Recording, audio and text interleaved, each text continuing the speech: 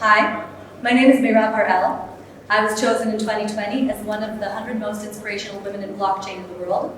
I work with regulators, banks, enterprises, and startups and give each one of them what they need in order to advance with these new technologies in finance. I give CRO services to the startups, and I educate and help regulators and banks around the world to understand how to deal with the changes that are happening around them in the world. So that's me in a nutshell. Wow. And my question is about the regulations. Yes, about the regulations around the world in regards to crypto and blockchain. Yes. Okay.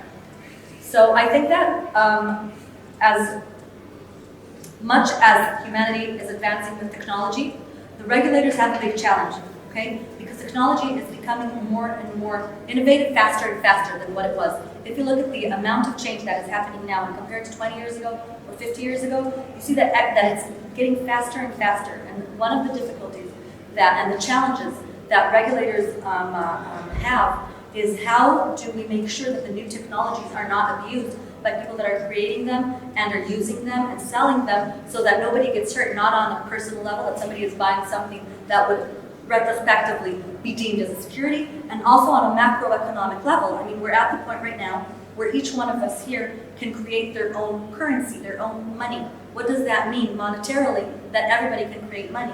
Okay? That's something that the regulators need to think about. Open market. I don't know, but all of the models of macroeconomics are based on the assumption or the necessity that governments, I'd say, use the amount of money circulating in a country as a means to make sure that the economy is working properly and there's no inflation and other stuff. So what happens when everybody is enabled to create currencies? That's not that easy, okay? And now you see new technologies happening, NFTs, okay, non-fungible tokens. And just so you know what NFTs are, they are one-of-a-kind items that are kept on the blockchain. They could be digital art, or they could be something in the real world, like sports jerseys that are signed by Ronaldo or somebody else, right? Okay, and they're collectibles, and you can keep their proof of who they belong to on the blockchain. Okay, now this could be used for wonderful stuff, right? But it could also be used as not a wonderful stuff. That people are just selling things that are not valuable, and and then people are going to be hurt. Okay, yeah. So these are the things the questions that are arising that need to be looked at from a macro level with somebody with responsible eyes is actually the regulator. That's their job, right? So I think it's kind of the point where the regulators need to choose. Do they want to keeping watch over what's happening in the world and in finance? Because finance, we're talking about people's money, right? Or are we in a place where humanity can take care of itself and say, okay, we're putting our own regulations? But if they do not decide this, it's going to happen without their decision, right? Because things are happening.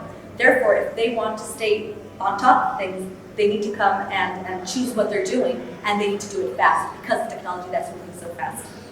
Okay, so that's my take on it. Now, if you want me to circle back regarding Dubai, I can say, okay, that from what I've seen about the Dubai government is that they are very, very open to innovation, and they are forward-thinking. I mean, they look a few years ahead, they look at the technologies, and they're saying, what do we want to implement? Where do we want to take this? How do we want to regulate it? And how do we learn what's happening around the world and what these technologies are? And I think that they can become an example to the regulators around the world in that, for sure, about educating themselves.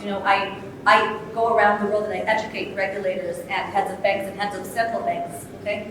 And I teach them, what are these new technologies? And what I teach them now is not what's going to be in a month or two, okay? And, because technology changes all the time and it's shifting all the time.